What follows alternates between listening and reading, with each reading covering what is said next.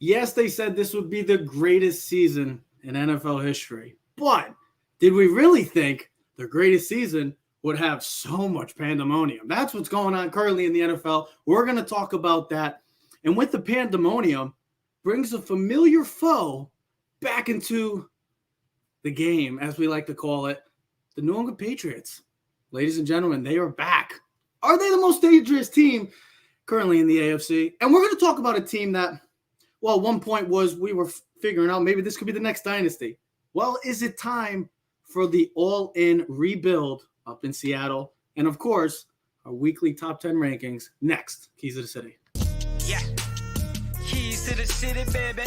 When you see us, so you know you really viewing greatness in the making.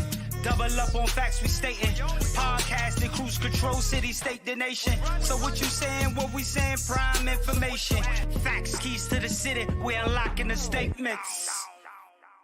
Streaming every Friday.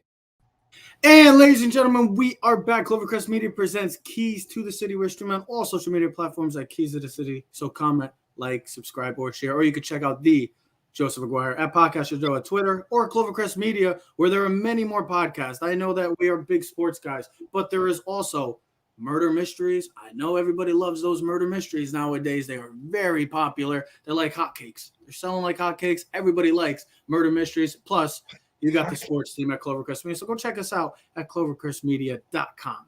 We were just getting into a heated debate because right now, that's what the NFL has given us this entire season. Ladies and gentlemen, once again, we are here talking about kind of like very similar to how we've talked about the New York Yankees for 163 games this season. You didn't know what you were going to get each and every game. Well, in the sense of the NFL, you didn't know what we were going to get each and every week. And here's the great thing about, well, specifically this year. We see parity a lot. We see it in the NBA probably best out of the four major professional sports leagues. Hockey, you get parity a lot, but it's not talked about enough. Wait, did you just say parity in the NBA? Hold on, Ted. Hold on, please. Yes, there is parity in the NBA. There is, because it's a wide open league. The NHL, we don't see. Watch this. Dude, just the fact that Knicks are competitive again tells you Well, all hold you on. need to know about the NBA. Wait a minute. Parity in the NBA. You know I had to start to think.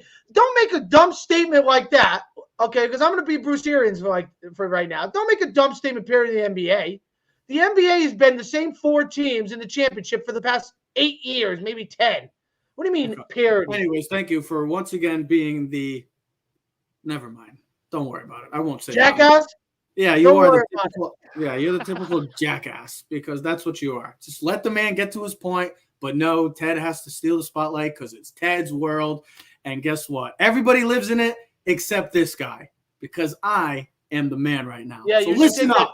Anyways, listen up and shut up. This is what I'm going to talk about. The parity. We see it in the MLB as well, but ultimately in the sense of, yes, you see the Astros. Yes, you see the Dodgers, the Yankees. But it's always a team that's, in the end, been winning the past couple of years. The Atlanta Braves, the Washington Nationals. You don't really see it in the NFL. You don't really see it. You haven't seen it in the past 20 years because of a team in the New England Patriots who have dominated the league for quite some time. For the past couple of years, it was the Kansas City Chiefs that were dominating the NFL season. Now you're at a point right now that we can honestly say, and they've been talking about it throughout, biggest season in the NFL, the longest season, most historical season in the NFL. What we didn't know about this season was the pandemonium and the chaotic results each and every week. And that's what is going on currently in the NFL. So I wanted to start off with this show, and I'm going to get into it with you guys. Has parity led to pandemonium in the NFL? Because I just want to give off. So I wrote down some game results from week 1 all the way to week 10 for teams that were supposed to win, were big favorites coming in, and ended up losing. So week 1 it started right from the get-go. Baltimore Ravens lose to the Raiders. Green Bay Packers lost to the Saints. Big upsets at the time. 2 Super Bowl favorites getting beat. Week 4, Arizona losing to Arizona over the Rams. We didn't know Arizona was going to be at that point that maybe this is a legit Arizona football team. Cincinnati over Baltimore, week 7. Cincinnati beats the Baltimore Ravens. Doesn't happen a lot. They dominated. Week 8, New Orleans over Tampa. the Jets over the Bengals. Anytime the Jets win, it's a big deal. Week 9, Denver over Dallas, Jacksonville over Baltimore or Buffalo, Titans over Rams, Chiefs over Packers. Some big teams, some big names, big upsets. And then most recently this week, and it just happened last night as well, Miami, it started and finished with upsets. The Miami Dolphins beating the Baltimore Ravens, the Washington football team beating Tampa Bay, and last night on Monday night, San Francisco giving a shellacking to the LA Rams. So guys, as the parody led to this pandemonium of an NFL season. Joe, I'll start with you. Yeah, look, it's funny. Just over the past few weeks, when sports betting was legalized in Connecticut, and I jumped all over that. It's not a good week. It's not a good time. It would just make sense that there would be this massive amount of parity in the NFL. I know we got a little into a heated discussion before the show. I legit think they were 5 Super Bowl contenders last year. I think this year there's at least 12 teams on my list. 10. I would say 10, at best 10 right now. If those teams were in the Super Bowl come February, I won't paint myself shocked because, again, there is such parity. Any given Sunday, man. How does Dallas come off that debacle against Denver and light up Atlanta? Mm-hmm. Oh, I think that's easily. I think that was the easiest. Not easily. Dallas should have won the game. Yeah, Dallas totally should have won the game. Blowing them out like that after they got blown out? You don't see that often. That's not a thing that happens in the NFL. Overrated, though. I think Atlanta's 100%. I get that. And But I for listen. Dallas, Like, I wanted to drop Dallas out of my top 10 last week. That's how bad that game was. And I thought, here we go again.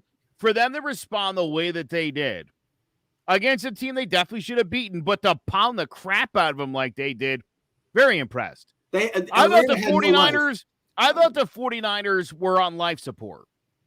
And they blow the Rams out. I mean, blow them out. Yeah. I put money on the Raiders. I thought the Raiders maybe had something special. I thought the Chiefs were donezo. Nope. I got the Chiefs in my top 10. I think at the end of the day, you're gonna end up seeing the same teams that you expected to be good. Listen, I get the parity. Probably. Listen, here's the thing. So, Trev, I know I interrupted you. So I'm thinking parity, right? I was thinking no other sport has more parity than the NFL. I thought your statement was completely wrong. But, I mean, I guess I understand where you're coming from, where the NFL has pretty much had the same 5 Super Bowl champions for the past 20 years, give or take, right? It's the Look at the quarterbacks. It's been very similar. And I get it. Where baseball hasn't had a repeat champion in, I think it was like 21 years. Since the Yankees. But here's the thing. The way I look at it, though, is it's always like the same 5 teams in baseball, give or take. Maybe baseball has the best parity of all. But NFL, I always feel there's always such parity. But if you're talking at the end of the day, overall champion, there's not much parity. But I'm saying if you go look at the records and teams, they're always you see a 4th place team one year and they're the 1st place team next year. And then a 1st place team goes. That's what the NFL is about. I'm not shocked about the Bills and the Dallas Cowboys were the easiest bets this week. If you were talking about it, it happens every year in the NFL. Watch it. Who's playing Baltimore next week? Whoever's playing Baltimore, beware. I think it's Cleveland. Yeah. Beware the New York Giants too. That's what I'm saying. The Giants. I mean, Tampa Bay is going to lose 2 straight to lose to Trevor Siemian and Taylor Heineke. Okay, and then lose to Daniel Jones on Monday night. The coach is calling them out. And listen, I'm hoping the Giants play really well, and we'll get into the Giants more so at the end of the week, maybe early next week because they're on Monday Night Football. And the Giants should have their players back. They're going to have Barkley. Looks like Matt Purr and Thomas will be back. Hopefully Galladay. I mean, this might be the healthiest we'll be going into Monday Night Football since actually probably not even week 1 because we were missing players. With that being said, though, you like Dallas, you knew it was coming. They even like when you listen to Dak's press conference, it happens in the NFL. Like every week you see it. You see it more so in college, because they're young kids. There's other things going on. But you always see these kind of what would be stinkers games. You see a team just pull out a stinker. I mean, here's the thing. Perfect example. I was talking about the Giants beating Seattle last year up in Seattle. You know what I mean? Have no chance. Colt McCoy, I mean, they should have never beat Seattle last year. They win. How they win, and then like the next week you lose to like St. Mary's in the Pine. You don't understand why and when these teams live. Just that's why I understand the parity in the NFL, because it happens week in and week out. You have the Bengals one week look like Super Bowl champs, and next week they score the first 7 points and give up 45 straight points. The NFL, you could see things develop. The Chiefs, you knew they were going to eventually get back against the Raiders. You could see it because the better teams always find a way to come back together and put it all together. And Dallas is a great team. All right. My thing is about this. Go ahead. Go finish. No, absolutely. Go ahead, bud. No, my thing was with the whole parity thing. In past years, we've seen about a handful of teams. Last year, we said realistically, maybe I thought at one point it was only 4 or 5 teams in the NFL that was going to win the Super Bowl. 2 years ago, it was the 49ers. You felt it was the 49ers and Chiefs. It was destined to be those 2 teams. This year, and specifically the AFC, you really can't. And hell, you put the NFC because you have 5 legit teams that could be representing the NFC. And then in the AFC, it's anyone's ballgame. There is chaos. When you think of chaos, we always like to talk about college football with chaos. When we think of chaos, we're thinking, put the picture of the AFC up, because that's what chaos should be the definition of in the sports world for 2021. Because right now, we can't sit here, and I bet a lot of people in the NFL world, and don't say that you can and be confident about it, because right now, you have, Joe, like I said, you said 12 teams. I'd say at best right now 10, maybe 12 teams that have a legitimate shot to go to a Super Bowl. Hell, Joe, and even win a Super Bowl. My thing is also, I was doing my top 10 list, and it was just hard to just put the rankings. Like, we have the similar top 10 teams, but it really was tough for me in the sense of, where do I rank them? Because each week it's a different sign. It's a different picture. Whereas you're seeing the highs of the great teams, and then you see the next week, you're seeing the lows of these great teams. It's just, that's what has made this season so incredible to watch, is because not just the obvious playmakers and the highlights and all that stuff, but it's each and every week at the start of even Thursday night listen to this. Hold on, all the way to Monday night at 11:30. You don't know what to expect each and every week. You can't sit there confidently, and this goes for betting, and this goes for fantasy, and this just goes for watching regular football games. You can't sit down from the beginning of Thursday all the way to the end of Monday night. You can't sit here and say, I don't know what to expect each and every week, because we've seen it from week 1, and now we're hitting week 11, and we're still sitting here saying, I don't know who to pick right now as a Super Bowl team. Well, here's a perfect example. Here's a perfect example of what we're talking about. Last week, Arizona plays the 49ers with Colt McCoy, and they're both receivers out, and Chase Edmonds out, and they destroy San Francisco. Mm-hmm. Then Arizona comes home this week, a little bit more healthier, and gets blown out by Carolina, and San Francisco, on life support, Joe, as you were making your statement earlier, just physically beat up the Rams last night. Yep. That's why I don't know if it's parity. I don't know what, maybe there's a better word for it, but I told you last night too, Trev, to your statement, you are correct on this. There's 12 teams above 500 in the AFC. All right. That's freaking insane. No, that's week 11. See, here's what they. No, I know it is, but it's freaking insane. You say pandemonium, I say success. This is what makes the NFL the best sport. Because when the Yankees play the Orioles, you can put your money on it 9 out of 10 times. The Yankees are going to take care of business against your Orioles. When you bet your money on Sunday NFL football, like the movie came out with Al Pacino, any given Sunday, anyone can win. And that's what because it doesn't matter. We saw this last year. The Jaguars, first week of the season, took care of business against the Colts, and they didn't win a game for the rest of the season. Explain that to me. How does the Jets beat the Titans? All right. How do the Browns destroy the Bengals and just get walloped against the New England Patriots after scoring the first 7 and then lose by 38 points? How does Arizona take care of business in San Francisco? You know what I mean? What explains it? I don't know. I'll put it this way. I think the reason why there's such parity in the NFL and why there's no dominant teams, I mean, there will be. You look at the end of the season, there'll be a team 13-4. The Packers might be 14-3. Is because there's so many great players in the NFL. There really is. There are so many superstars on teams that thank God the league has 32 teams, because if they were ever condensed, could you imagine? I mean, you just think even the bad teams, think about some of the personnel that they have. Yo, finish up this point, and then we'll get on to the next one. Listen, here's the main thing. It's a lot like fighting when you're talking about football teams. Is some teams match up well with other teams. Matchups. And Joe, I heard you talking about this with Covington on the Drone with Jabs. I believe you said Covington could be 3 out of 50. The guy's ranked 3 out of 50. But when it comes to Usman, that's his speed. That's his roadblock. There you go. Yeah, I think parity's great for the NFL, and I think it's great for sports. The idea that us as Giants fans are like, maybe a wild card, why not? Is every reason why parity is great for the NFL. Betting wise, no, it sucks. It's really bad, but it certainly does make this very interesting. I think in a lot of these situations where these upsets occurred, I think it ended up being a matchup thing. You could even argue right now, throw out that junker game that the Packers had in week 1 when, Rodgers had even worn pads yet before that first game. Yeah. And you take out the Jordan Love loss, you're talking about basically an undefeated Packers team. So like Teddy was just saying, by the end of the season, the Packers could very well put themselves in position to be considered the favorite or the elite or a legit Super Bowl contender, as you're saying. But it's also possible between now and then, the way things have been playing out, I don't know. Let's see what happens, because everybody who was building momentum that's not the Packers or Titans has lost all that momentum.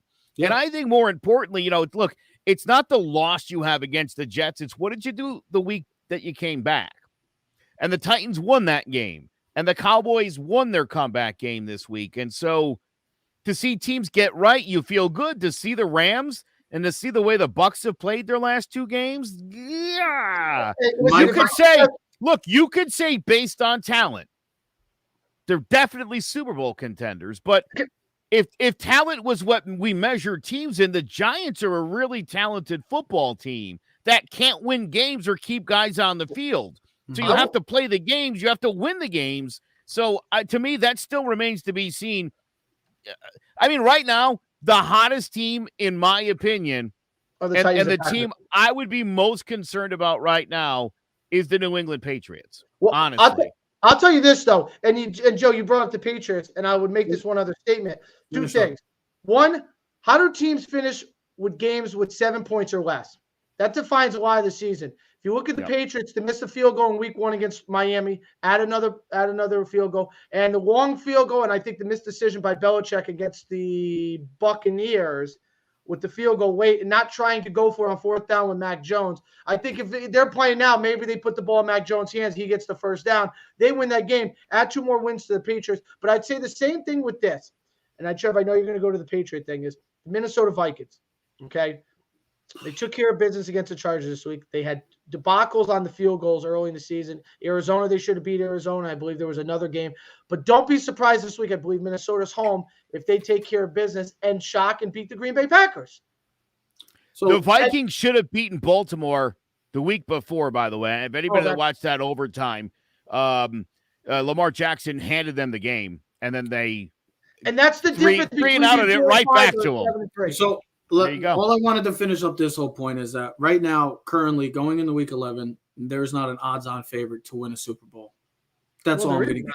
But I hate to say, if you put your money on the Chiefs in the preseason, you should be feeling a lot better about that today. But there is no money on the Chiefs now. There is no odds-on favorite currently right now in the NFL. And we were just talking about. We've been talking about chaos. We've been talking about pandemonium in the AFC. Well, there's a team currently, there's something brewing once again, ladies and gentlemen. They had a little hiccup last year. They had opportunities last year. Still a team that was on the cusp of making a playoff run. Well, don't look now, ladies and gentlemen, but your worst nightmare is coming back to haunt you. The past 20 years has given many NFL fans, other than Giant fans, hell to pay.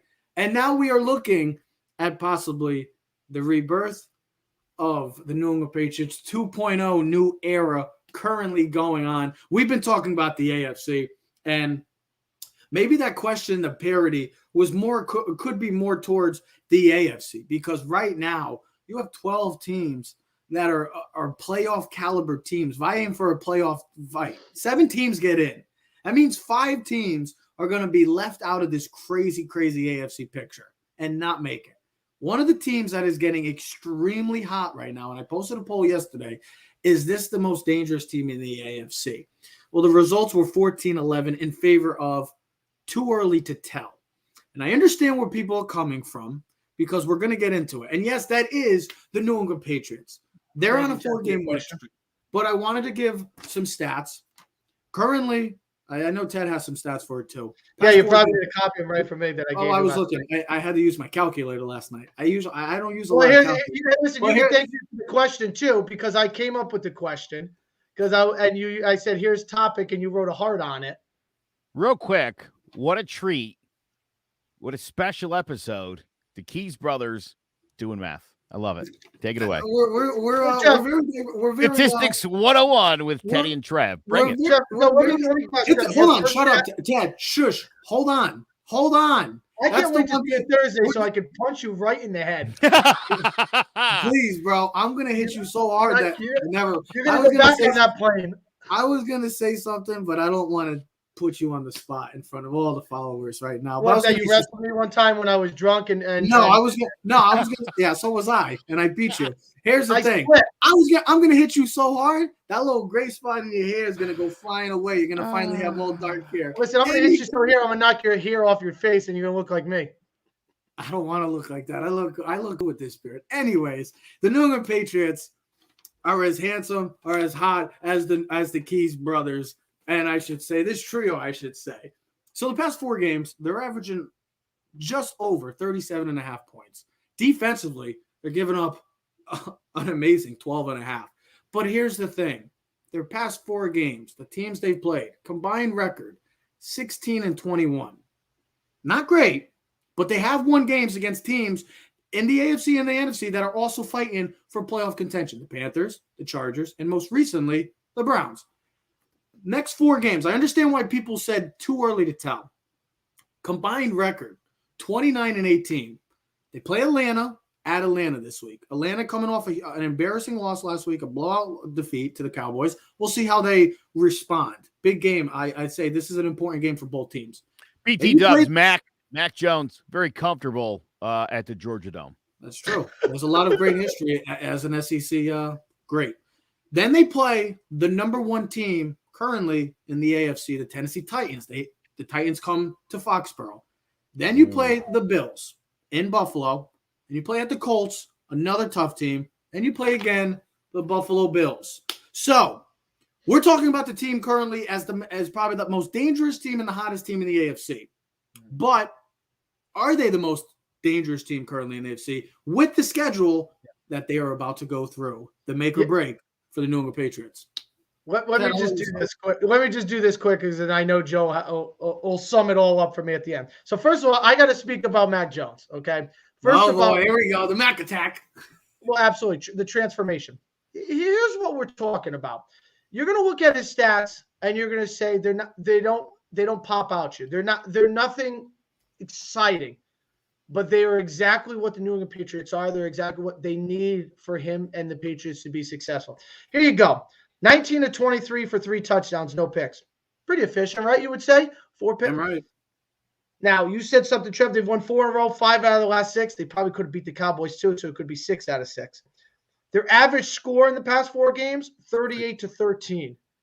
Their last 4 games. You rounded up, you son of a gun.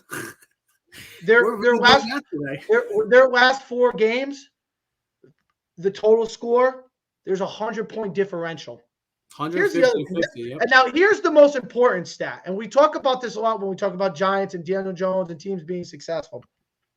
Mac Jones Sunday, 6 of 7 for 80 yards and a touchdown just on 3rd down, and at an 82 completion percentage, only second just to Tom Brady.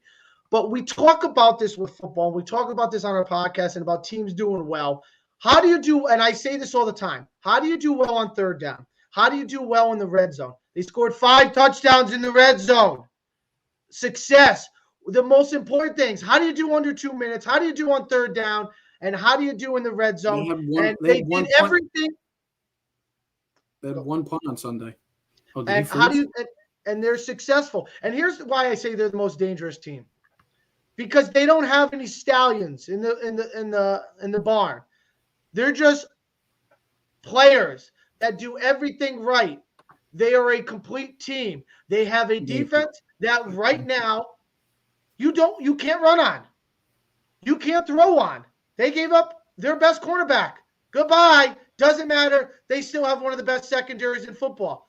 Now, I know they spent the most in free agency this year, but it's paying off. Imagine this. The Washington Redskins, the Giants, all these teams that spend tons of money in free agency never comes together. You know why? Because they don't have Bill Belichick. That's the reason why. And Mac Jones is getting better and more confident every week. They have 4 running backs that could start any other week and be a 100-yard rusher. This week it was Stevenson, the rookie out of Oklahoma. Then it's Damian Harris. Then it's Brandon Bolden. Then it's this guy. It doesn't matter. Every week someone. If it's Bourne, if it's Nelson Aguilar, Hunter Henry is leading the league for tight ends with touchdown catches. 7. So. And they got Trent Brown back. I sent you guys the video. Watch him, folks, on Twitter this week. Just literally opening holes like it's the Grand Canyon for the running game for New England. They got all the pieces to be successful. They got a kicker. They got the coaching. And they're building momentum and they're building confidence. And if you go look at the New England Patriots this week and go hear the players, their quotes after the game to speak about Mac Jones, this is an all-in team. This team is building towards success. And Trev, you were right. The next 4 games will be a telling story. They will either be the number 1 seed or they'll be a 7 seed. But I still think, like I predicted in the beginning of the season, they would make the playoffs and Mac Jones would lead. Joe, give me 1 second. I will let you finish off this topic. I wanted to just get into this point because I know you have a lot to say and you have been an avid supporter since day one. Since day one of Mac Jones. And fair enough, he was right about it. So far, he's been spot on. We were wrong so far. Well, we were never wrong. Okay, so anyways, here's my thing. The reason why I say they are the most dangerous team, because I think they're the most balanced team. They have a sense of balance with their defense and offense in the sense of, do they have any do they have any great dominant players on offense? No. But they have a lot of blue chip players. Their offensive line is solid. Their running attack is one of the best in the league. Their receiving core is panning out what they went in free agency. N'Keal Harry, Kendrick Bourne.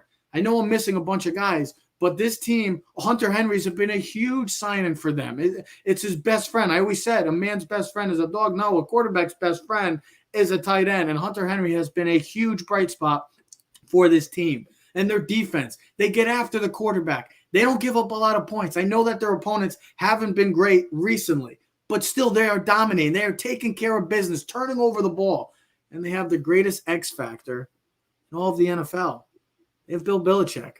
Anytime you can have that, a coach, a mastermind, a legend, the GOAT, you have a chance, and especially in a wide open AFC right now, especially in AFC East, that is still for the taking. And hell, these next 4 games, we're going to see the true identity of not just the Patriots, but the Tennessee Titans, the Indianapolis Colts, and the Buffalo Bills. 4 teams that are all fighting for the playoffs, a 1 seed. That's what it comes down to for not just the Patriots, but those 4 other teams or those 3 other teams. So this team, the reason why I love what the Patriots are doing, and I don't say that a lot because I'm not a big Patriot fan, but I see a great balance. And I don't see a lot of glaring weaknesses. The only weakness you might say, if you still want to say, is because they have a rookie quarterback. But the rookie quarterback looks like he's been doing things in this league for 10 years. He's delivering. This team is delivering. The next 4 games, next 5 games, though, we're going to see how great or how dangerous this team really is. But right now, ladies and gentlemen, be careful because the Patriots are riding high. Joe, take it away. Let me start off by saying, because there was some issue earlier in the year when I was talking about my fascination with Mac Jones. One of our own, Sander Sanchez, actually accused me of being a fan of the Patriots. I am not. I'm not particularly an Alabama fan, for that matter. I actually have a great deal of disdain for the SEC and its effects on college football. Mm-hmm. I've watched this kid and the way this kid's played, the way this guy's grown, and there just constantly people are trying to make excuses for his success. All the talent around him in Alabama. Devontae Smith basically stealing a Heisman from the guy who was their front runner straight through Thanksgiving. Suddenly, Mac falls somehow to third place, even behind Trevor Lawrence. Okay? That was insane. And I got it. Nobody wanted to suggest that Mac Jones could possibly be in a category that Trevor Lawrence was in. And whether he ever gets there or not remains to be seen. Whether either guy gets to that elite level remains to be seen. This kid's got the smarts and the accuracy that you can't teach. You either have it or you don't. Tom Brady was a guy who had it, and nobody knew that. Even in Michigan, nobody really knew that. It was only that Bill Belichick was able to tap in. This guy put all his money into his defense. He had to get that defense back to Bill Belichick level. And when the defense of the Patriots at Bill Belichick level, you're in trouble immediately. Now, usually that offense also has Tom Brady on it. In this case, it doesn't. You just said it, and you're exactly right, Trevor. And I felt this way. I mean, I watched that first game, the Patriots and the Dolphins, because number one, the Giants game wasn't on locally. And number two, I wanted to see how this kid looked. And while he came up short in that first game, I said on the show the next day, I thought this kid looked like he belonged in the NFL. That was the thing that struck me about him. And Teddy sent a video of Dan Orlovsky really breaking down what he's seen from Mac Jones. He talked about his ability to read defenses. He talked about his ability to go through his progressions. This is a really smart guy. Mm-hmm. And if you watch the game on Sunday, you saw this guy throwing the ball into windows that were a crack open. That's what he was doing last year at Alabama. I've made this argument with people. A student of mine yesterday was going to prove me wrong and show me all the times that Devontae Smith had to lay out for catches to make Mac look good. He showed up with nothing in hand today to prove me wrong. I love. There's a big difference between Baker lofting balls up and his receivers laying out to make these unbelievable catches on 8-yard passes. You don't see that with Mac Jones. You never have. So the idea that this guy was going to be a good pro, I was certain of that. Again, at the end of the day, will Justin Fields be better? Probably. Trevor Lawrence? Probably. Zach Wilson? No way.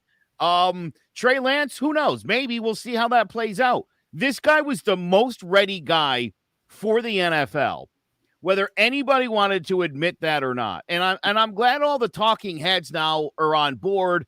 And Joe, this team already easily could be, if you flip those two close losses that they had early to wins, this is a legit playoff team that would be talking about. Hold on, Joe. I also said this: the NFL PFF has ranked Mac Jones in the upper echelon of quarterbacks this year, based on all his stats in PFF and all from completion percentage, QBR ratings. He is in the top 15 quarterbacks in the league. So that means 15 quarterbacks are worse than him. He does everything that he needs to do. And Trev, you and me have talked about this.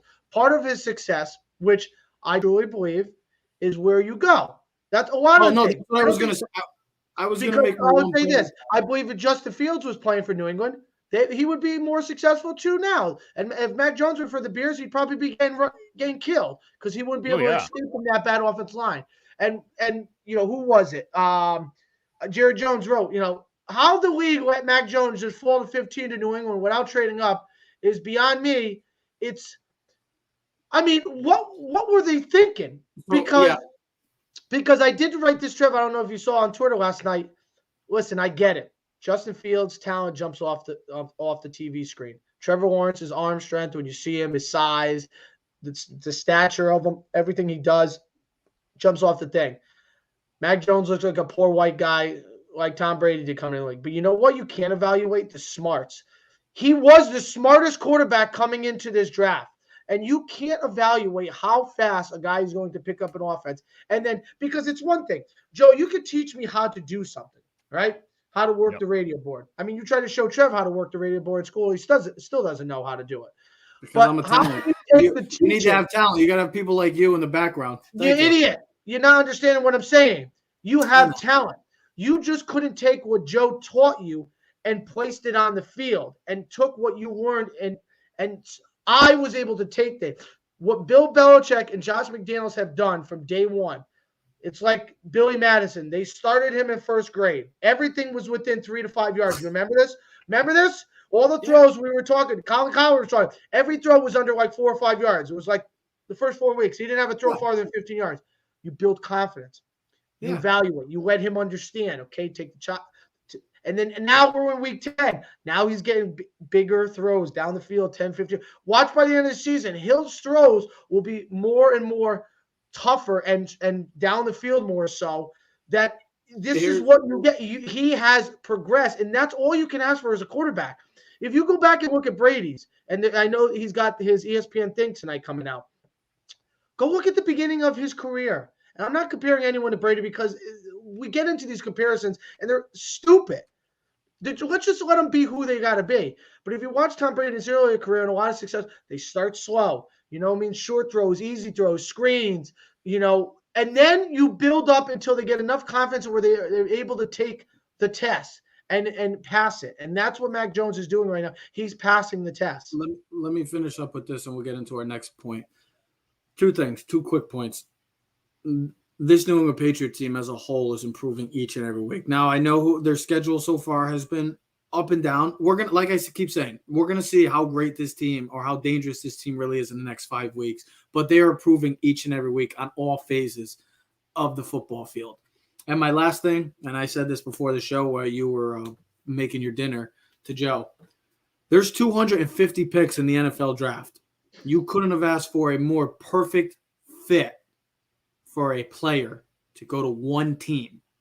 One team out of 250 picks, there was one pick. You couldn't have asked for a more ideal pick and spot. And that's where we are right now. Ladies and gentlemen, I don't know how the hell Mac Jones fell without the Patriots not even trading up for him. Hey, guess what? By the way, it's on you, the argument now is twofold. I think Sander just said you can make an argument they still needed an elite talent offensively to help Mac get to the next level. Well, look what he's doing without elite talent. Yeah, and I think right. I think that throws out the argument about him at Bama that there was so much talent around him because now he's got no talent around him. And he's still playing great. Well, he's got talent. It's just not exceptional. It's not elite talent. It's nothing like he had at Bama. No. And yet his completion percentage is exactly where it was throwing to elite guys. No. The other thing I would say is this takes away the argument for the excuses we make about people like Lamar Jackson. He doesn't have any elite talent around him. Well, Mac Jones doesn't either. How's he getting it done? How is Lamar getting it done week in and week out? You don't need offensive talent to get to the next level. It helps get you there a lot faster. But if you're a good quarterback, you're a leader, and you can complete passes to your teammates and not to the other team, you're going to win a lot more than you lose. Well, speaking of losing and speaking of a franchise right now that we once considered was going to be maybe the next dynasty of this NFL of the 2010 era, I should say, is going on in the West Coast right now. It's the Seattle Seahawks. And Ted, me and you were talking about it. I know we're like, oh, why are we talking about Seattle? Because it was really a big takeaway for me to see that team play on Sunday and where they played a Packers team that defensively they played great. Offensively, they didn't look good. There was opportunities for the taking for this team. We all thought back in the day this was going to be the next great thing in the NFL. Legion of Boom. They got something brewing. And now it's all of a sudden, well, do they go back to square one? The reason why I'm saying this, I wrote down some stats. Is it time to go full rebuild in Seattle? Well, since 2013, when they won their Super Bowl, had one Super Bowl loss. We all know what happened with that one.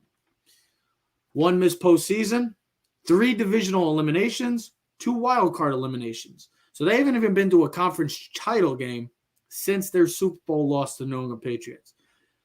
This past Sunday was the first time in Russell Wilson's career he was shut out as a Seattle Seahawks quarterback. And I also put, they have a 70-year-old coach, quarterback who is frustrated. We have seen in this past offseason. I could see it more and more adding up. They don't have a first-round pick this year. Thank you, Jamal Adams. And the defense is absolutely depleted. So this was once a team that we all considered could be, like I said, the next great thing in this league to take over that new dynasty in the 2010 era. Well, that's gone completely opposite for this team. Yes, they will say, oh, well, they've been to the playoffs. Yes, this team has been to the playoffs. Yes, this team has won division titles. But that's all they've won. That's all they've gotten. They've never gotten anywhere higher since their 2013 loss to the Patriots. That's 8 years ago. Going to be going on 9. That's 9 years that this team that we talk about each and every year, high expectations. Oh, the Seattle Seahawks, this is the year. They're going to do it. They always are a Super Bowl favorite. And the same results continue to happen in January and in December, or December and January. It's the same results. Is it time to go all full rebuild for Seattle? And I'm talking quarterback. I'm talking head coach. I'm talking coaching staff. Start from the beginning, because you have one of the best viable options, trade assets in the entire league. Russell Wilson, you need draft picks. You need a lot of help. This team's not going anywhere anytime soon. Your defense is garbage. Your only valuable asset that you can be willing to trade, and seems like it could happen, is Russell Wilson. So why don't you go get some draft picks? Why don't you go get a younger coach that gets into a younger coach that maybe wants to change up the system, change it all up in Seattle, because it's not working. It's the same old song. That's it. Well, it's the so same this topic came out Sunday night. So I'm coming home and talking to Trev. We're talking about the Sunday games, talking about Seattle. I said, Seattle just it's one of my biggest takeaways. And it wasn't that Russ was rusty. Rusty.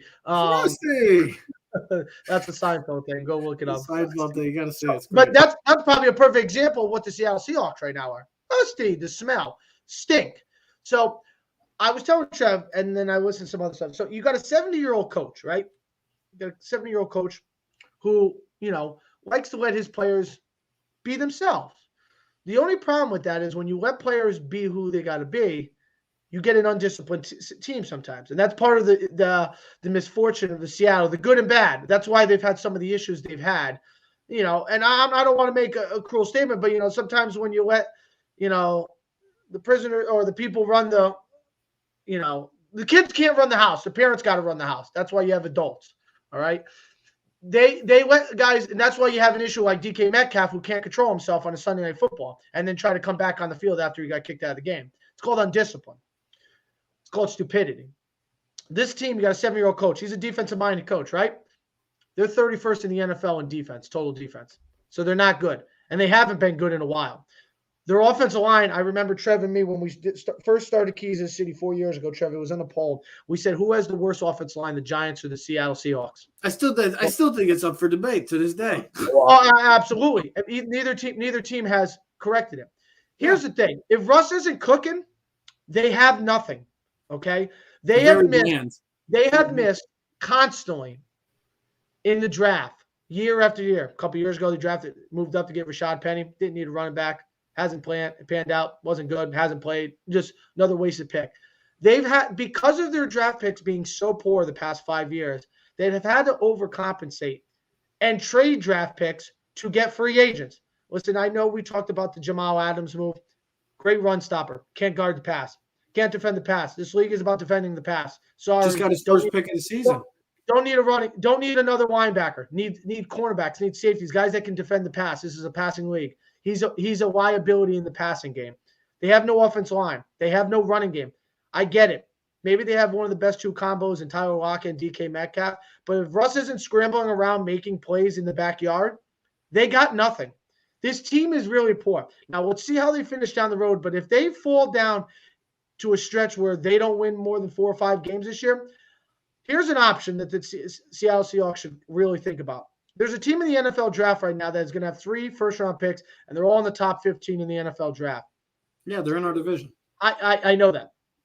With that being said, is Jalen Hurts is proving that he's a legit NFL quarterback. He might not be something great, but he's proved value to where he is. He's good enough to play in the NFL and be a starting quarterback in the NFL. Now, if you want to bridge him in Seattle, quarterback that can run around and move him, you can go get your 3 first-round picks and trade Russell Wilson to the Philadelphia Eagles. At least 2. Definitely. Okay. At least 2. Probably 3. Because you got to think about what people were getting with Watson. Now, maybe because he's younger, but they were still willing to give up 3 draft picks, and the guy's got 57,000 criminal offenses against him. With that being said, I think people would still take Wilson sometimes over Deshaun Watson. But Seattle, if they fall on their face this year, Joe, and this is how me and Trevor did the conversation, is what do you have with them? You have draft picks that you continuously miss in the NFL draft. You have 2 good receivers. You have a bad offensive line. You have no pass rush. You have a weak secondary. You have an overpaid safety in a league where, I'm sorry, the safety is not that valuable. Unless you have Ed Reed or name me a top safety that's, I mean, even Minka Fitzpatrick, he's not that valuable. Hayward on the line. Micah Hyde and Jordan Poyer. They're good, but they're a combo together. They've been great, those 2. Yeah, well, but that's also when they had Cam Chancellor and the Legion of Boom and their safety guy and Earl Thomas. That they built off. You had a guy in the box like Cam Chancellor who played the tight end, and then Earl Thomas to play the free safety and 2 cornerbacks. Joe, it's about cornerbacks and it's about pass rushers. A guy like Cameron Hayward on the Pittsburgh Steelers has more value to them than Minka Fitzpatrick, to be honest with you. As a real football guy who knows football, go ask anybody, they would say he's got more value to that defense line and to that team than Minka Fitzpatrick, and he's a safety. Joe, how do you feel about this? Well, I mean, I have to wonder what a 4-12, 5-13 kind of season might do to Pete Carroll. You did mention that he's an elderly man. And, losing, we know Russell already doesn't want to be there. You do have assets this offseason that could certainly go to a contender and could get you got a lot of assets there. You build around Metcalf. But you've got some nice pieces. Listen, he's a one-trick pony. Okay. He absolutely is. To me, I was just going to say Tyler Lockett, to me, is another guy who I think would have tremendous value. A where I can see Tyler Lockett dependable receiver. Yeah. New England Patriots would fit perfectly in the Patriots. Can run the whole. Can we see Pete at the end of Pete Carroll and Russell Wilson? And Here, listen. We talk about this. How many times can you overstay your welcome? And I feel Pete Carroll's been there for a long time, guys. We're not speaking about a guy that's only been there. What's he been there? Trevor, he's got to be 10+ years, maybe longer, right? He's got to be the second longest tenure coach, only behind Mike Tomlin in the NFL. Well, I mean, I'm not counting Bill Belichick because he's in his own category like anything else. But sometimes coaches overstay their welcome, and I just think, listen, if you're going to go rebuild, maybe they change coach and management, and then they change their philosophy. And you keep Russell. But, I mean, you Trev, you talked about this with me the other day. You could possibly have Russell Wilson, Aaron Rodgers, the same scenario we had this offseason, again this season. Now, maybe if I'm Aaron Rodgers, though, I go, look, wow, I don't have my best left tackle, David Bakhtiari, and we have one of the best offensive lines. We got studs running backs. I got receivers. My coach. I mean, look at the Packers. They've got the best defense in football right now. So I don't know what Aaron Rodgers should be complaining about. And the Packers are going to go, and Jordan Love's my future. He ain't the future. Sorry, Aaron Rodgers is the future. I was waiting for you to stop. I didn't know if you were going to stop. I really want to, if there's a possibility when we can. I want to see how many words Ted says in an entire show. Because it's amazing how fast he goes. He's the Energizer Bunny. It's amazing. The man's got a lot to say. The man's got a lot to say. You know what? He's his damn mind. I was just thinking about, maybe I just, got to do my own show. Like after the thing, just go jump on the thing, Facebook. You should do like a 15, 20-minute thing. I know a lot of people that would watch that. TED Talks. I mean, oh my God, that's the greatest thing ever. Robbie Clark goes Ted for president. My problem is I speak so damn fast because I have so much and my brain works at a high speed level. It's like a Ferrari in there. The only thing is, though, I'm like, I'm like on bumper. I got the bumper things in like the bowling alley. I'm So just one more bouncing thing. back. Don't give him a bigger head than he already does. Don't need to boost the ego. His ego's already at an all-time high. He needs to come back to life, like the Seattle Seahawks. They need to come back to life. Okay. Hey, I'm sorry. Your brain's like what? Say a Ferrari? Yeah, Is that what he said? Like really fast. Like, yeah, my brain's like a Ferrari. Moves really fast. All right, just want to make sure I got that quote right. All right, I have a brain like a Ferrari. But I said it's like the only problem is it's the Ferrari going down the bowling alley with bumpers on either side. It just goes. That's great. That is great. Got it. Okay. Okay. Well, all I was going to finish off with, when Russ isn't cooking, Seattle is very bland. It's a very bland meal. Let's get into, the Seattle Seahawks are not going to be anywhere near our top 10 list. So we're going to close out the show with our usual. Ted's brain is like a Ferrari. What a quote. That is a quote. Beautiful. It's fast, but watch out, baby. Your brain is beautiful. Listen, the things that come out of my mouth are beautiful. Some things can't always be said on live television, but it's okay. That's not good, Ted. It's not good. So, Ted, you know what? Since we're talking about you, we're going to go right into your top 10 list right now. We're going to do with the ticker. If you could keep it up, if you could keep up with it, what do we think? Why can't you stop it? Can you hit pause? I mean, I know what I got, but I will try to edit it. What's the matter? They didn't teach you how to do that button either in CSB? No, it's the StreamYard. You have the option to make it. Joe, you see, Joe, I copied your philosophy. See, bud, it looks much better. Yeah. I like the way you do. I like that a lot too. Yeah. So, what do we think of it so far? So, listen. My top two were really easy. I had the Titans and Packers. I mean, the Packers and Titans. And the reason why I had the Packers is because their defense. I wrote down the stats so I can back it up. Packers last 3 games, they played Kyler Murray, Patrick Mahomes, and Russell Wilson, and have given up a combined 34 points to those 3 quarterbacks in the past 3 games. Don't forget Aaron Rodgers didn't play in one of them, so it speaks even more value of how well the defense played. You know what I mean? I mean, we're talking about 3 legit quarterbacks right there. They have the 5th overall defense, but I look at this defense. They've had injuries. They missed both Smith brothers, and I joke when I say the Smith brothers. I know they're not brothers. Rashawn Gary left the other day with an injury. Aaron Jones is probably missing their best cornerback in all football, in Zaire Alexander. Yeah, and they're legit. Their defense might be the best they've been since the Super Bowl team, and that's part of the reason why the Packers have been on such a roll. I wanted to ask you, why do you have how come you didn't change the Patriots? I feel like the Patriots were 9 on your board last week. They were. Because why? If I'm going to put them on a neutral field, I still take the Ravens, the Buccaneers, the Rams, the Bills, the Cardinals, Cowboys. A neutral field? Really? On a neutral field. I'm still taking – yes, absolutely. And here's the other thing. I want to see how the Patriots do next week. Well, first of all, I know they're playing Atlanta this week, so hopefully they'll take care of business and they won't, as we talked about Parity, we won't see they debacle. Yeah. But I want to. They haven't really played anyone true tested. They listen. You can only play who's on your schedule. So people will say, "Oh, they haven't played anyone." Well, it is what it is. They have to play the Jets. I'm sorry, the Jets suck. Okay.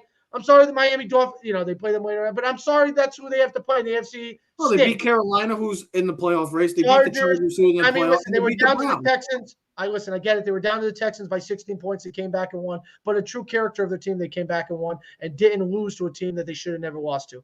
So I got the Titans number 2. Here's a stat that I thought, and maybe the reason why the Titans are not getting the respect. The Titans defense this year, through 10 games, have 27 sacks. Last year as a team, they only had 19. Speaks value to the reason. This team is winning defensively. They didn't play well this weekend. Ryan Tannehill's average throw was like 4.5 yards. They didn't run the ball really that well. A.J. Brown had like 1 catch for 12 yards. But they're finding a way to win, and that speaks of how well they are as a team. So, and listen, Cowboys, they have superstars everywhere. I think what you saw this week is what the Cowboys are really about. They're legit. And they're missing their 2 best pass rushers in Randy Gregory and DeMarcus Lawrence, and they're going to be coming back. And they're only going to get better. And Dak, and that offense is – they got 3 great receivers.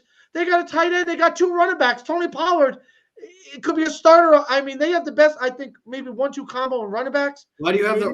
I'm going to ask you questions. I'm not going to have each. I'm not going to go I through won't each team. explain every We'll team. be here for another. We'll be here until 2022. What's your descriptions? Why Why are the Bills over the Rams and the Bucks? Well, the Rams played last night, and I look at the Bills. Their Bills defense, I think they're second in the league in picks, only behind the Patriots, but I like the physicality of that team. I don't look at the Jaguars' loss as a true character of what the Bills represent. Listen, we have it all the time. What, the Rams all of a sudden are a bad team last night because they lost to 49ers, the Bucks had 2. At the end of the day, those 6 or 7, 8, those are my 10 best teams in the league. Those are the 10 teams I think all have a legit chance of winning Super Bowl. After that, I don't think any team after those teams have a legit chance of winning. Well, Super who was Bowl. the team that was right outside your top 10? Do you remember? I don't remember. I didn't even think about 11 and 12 because I didn't care. You asked for 10, I gave you 10. There you go. That's what I like to hear. That's the perfect answer. Joe, what did you think of that list? Did you like it or not? I did, yes, very much so. Okay. I don't have any problems with that list. Again, I mean, like I said, I think there's definitely teams that could be added to the list and some teams that could be taken off this list. Listen, and I don't look think at the it was. Go on, Joe. Sorry. It would still be a good list. You know what I mean? You could still have a good list here. You could have the Bengals in place of the Chiefs. I wouldn't be pissed. No. Okay. And that's what I'm saying. And I think, to me, that's the difference between this year and last year and years past, where, to me, there's a few more teams where they probably won't, but I won't be shocked if they do. I wouldn't be shocked if the Bengals went on another run and started playing better and get back on this list. So to me, there are teams, the Saints, that's another team. If they can get the quarterback thing figured out, they've got one of the best defenses in the NFL. And they've got one of the most talented running backs in the NFL. And call Philip Rivers. Call Peyton Manning. Call somebody. Call someone. If the Saints figure out the quarterback situation, you gotta find a spot for them in this top 10 list. But as of right now, I don't have them there. They're on the outside looking in. Should have called Cam Newton. So Joe's got. I'm shocked they didn't. Yeah, Joe's got a completely. Definitely at the end of the list, it's a little. Well, he's got the Patriots at the number 5 spot. So here's what I decided to do. I'm not going to consider. I'm not going to consider what happened last year, earlier this year, or last week even.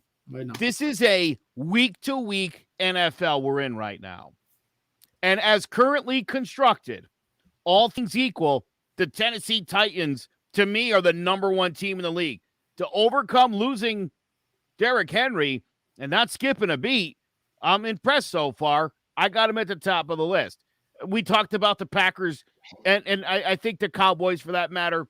I think those are 2 teams that are probably the teams to beat in the NFC right now. I think the Bills, I'll forgive that debacle against Jacksonville, but to me, the way the Patriots are playing, they're playing better than the Cardinals and the Bucks. How could I not acknowledge that? Right now, I would take the Patriots against either of those 2 teams head-to-head. On a neutral field. Hey, listen, I thought you liked the head-to-head stuff, so the Bucs should be ahead of the Patriots. They should be, but to me, the Bucks, the Patriots won that game. The Patriots won that game except for on the scoreboard. Oh, okay. They let Tom win, and that was important for Tom. He needed that. The fact that Mac outplayed him and the fact that Belichick did a number on him, that was the win for the Pats that night. And since that game, they've been one of the best teams in the entire NFL. Well, we'll see what happens the next coming weeks. Maybe the New England Patriots will be on next week's top 10 list. Maybe they won't be. But with the way this NFL season has been going, we don't know anymore. Here's my top 10 list. I'm very impressed by the Packers right now. They got injuries all over the field, and they're still winning at a high rate. That defense we all got the same 10 teams. Yeah, because I think that's what it comes down to. We do, don't we? We all because this is how because we all truly feel that way. We all truly feel that these are the 10 best teams in the league with maybe 2 or 3 teams that are on the cusp of making the top 10. Here's the thing. Who's the teams on the cusp that you would even put in that I can't see right now? I mean, it's just teams, not confidently. The Steelers, the Saints, the Chargers, See, I think they all have way too many. Don't know what the Bengals yet because I have to see how they bounce back after the past couple of weeks. So I want to see how they bounce back. But listen, I'm not. These are the best 10 teams in the football right now, without question, doubt. The Chiefs. Listen, I know people are going to make an argument about the Chiefs and whatnot. The Chiefs are going to win the division. Okay, get used to it. That's the way it's going to be. They're going to win the AFC West. They're going to be the 3 seed. It's just get ready because the train's coming through and they're going to get hot. Here goes Ted. He's on the bandwagon. Listen, I mean, me and Joe are on the Patriots. I'm not getting on the Patriots bandwagon. Everything that we've been screaming about and everything else that ESPN and other people have been talking about with Mahomes about not trying to do too much. He did exactly that in the Monday night game against the Raiders. He check downs, just get the ball 1-2 step throw, get the ball out. To the basics. Let your playmakers be playmakers. You know, maybe that game would have been a little different Monday Night Football if Deshaun Jackson, I don't know what the hell he was doing. He fumbled the ball on the catch. It looked like he was trying to pitch it or throw it around his back. That's what I thought too. It was such a weird. I was like, wait, what? It's like, what's it doing? If they score, that would have been like 24-21, I think it was, or something, and it could have been a different game. After that fumble, it was never even really close.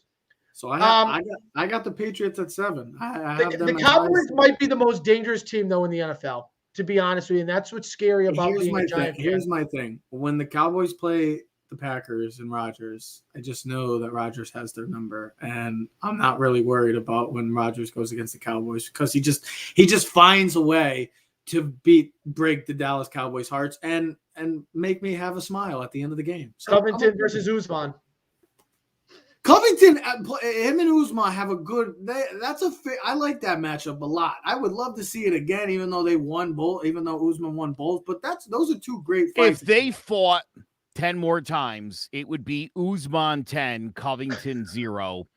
I tell you right now, to me, the best Covington could do was exactly what he did the other night, and that was to lose a close 3-2 fight. Okay. I don't think his skill set would allow him. That'd be like thinking that the Giants are going to go to Green Bay and beat the Packers this year. Well, speaking not of happening. Bad news. The Giants are wearing their Color Rush uniforms this week, and that's bad news because the Giants never win in the Color Rush uniforms. So. Why then? Why wear it? Why put it in? Why even put it on? Get it out of the clubhouse. Why would you wear that? Come on. We will be talking about that heavily anticipated Monday night game, because that is a huge deal for both the Giants and the Tampa Bay Buccaneers. Well, go figure. We're going to have to play the angriest team in the NFL this weekend. Oh, boy. Well, we said the same thing with the Chiefs, and we almost beat the Chiefs. So, you know what? Who cares? Kick them while they're down.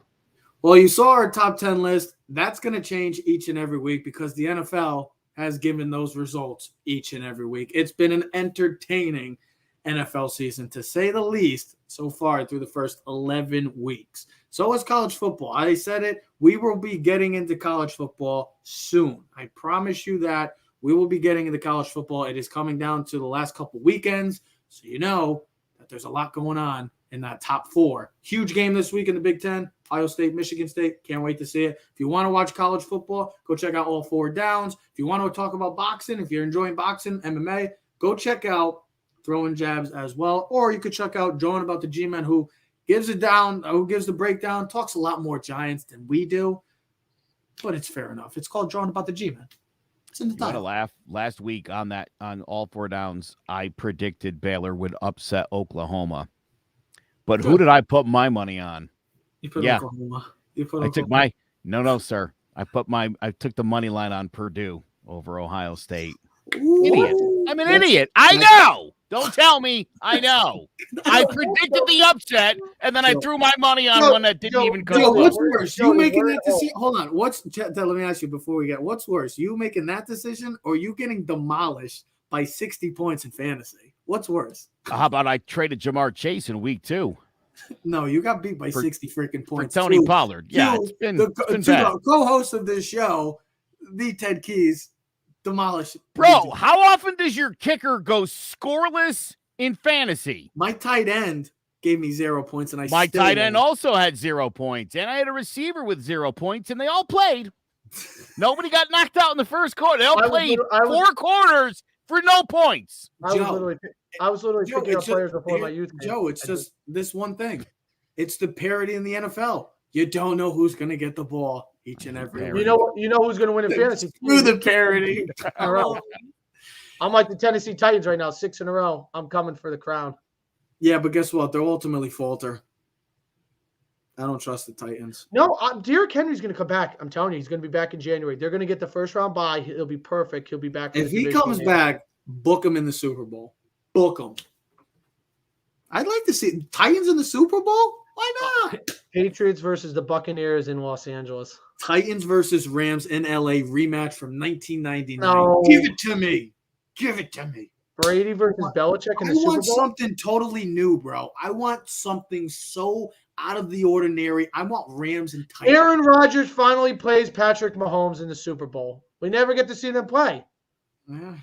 State Farm will have the big banner across the stadium. We'll see, because these are all extremely high expectations and possibilities. We don't know, but that's the NFL for you, ladies and gentlemen. It's been a fantastic season. Also, we'll be back. We'll be all together, actually, as the next time you see Keys to the City, we'll be all together in the state of Connecticut. We will be talking about – we're going to have to talk about some baseball. Awards are coming out. Rookie of the Year was last night. Randy Rosaroni got the Ben Simmons treatment and playing last year and then winning in his rookie year, just like Ben Simmons. Still didn't play in his rookie year, but ultimately won his rookie year in his second season. Whatever. I don't understand. So Cy Young is tonight too, and MVP. Is that all tonight? Is that all tonight, or is that each and every night? Who's tonight? Cy Young. Let's see if a New York Yankee wins an award. Maybe Garrett Cole will win Cy Young. Maybe the Yankees will get screwed again. Probably will not. And then we'll see if Ohtani edges out Vlad for an MVP. And the big news also, Noah Syndergaard is going to the West Coast, getting signed by the LA Angels. We'll see more of free agency. Where does Carlos Correa go? Where does all that go? Thank God he's not going to the Yankees. Thank God. I'm excited. Ladies and gentlemen, we'll be back at the end of the week. I hope everybody has a fantastic, so far, week. But thank you for joining us. We will be back. Clovercrest Media presents Keys to the City. We are out. Yeah. Keys to the city, baby. When you see us, so you know you really viewing greatness in the making. Double up on facts we stating. Podcasting, cruise control, city, state, the nation. So what you saying, what we saying, prime information. Facts, keys to the city, we unlocking the statements. Streaming every Friday.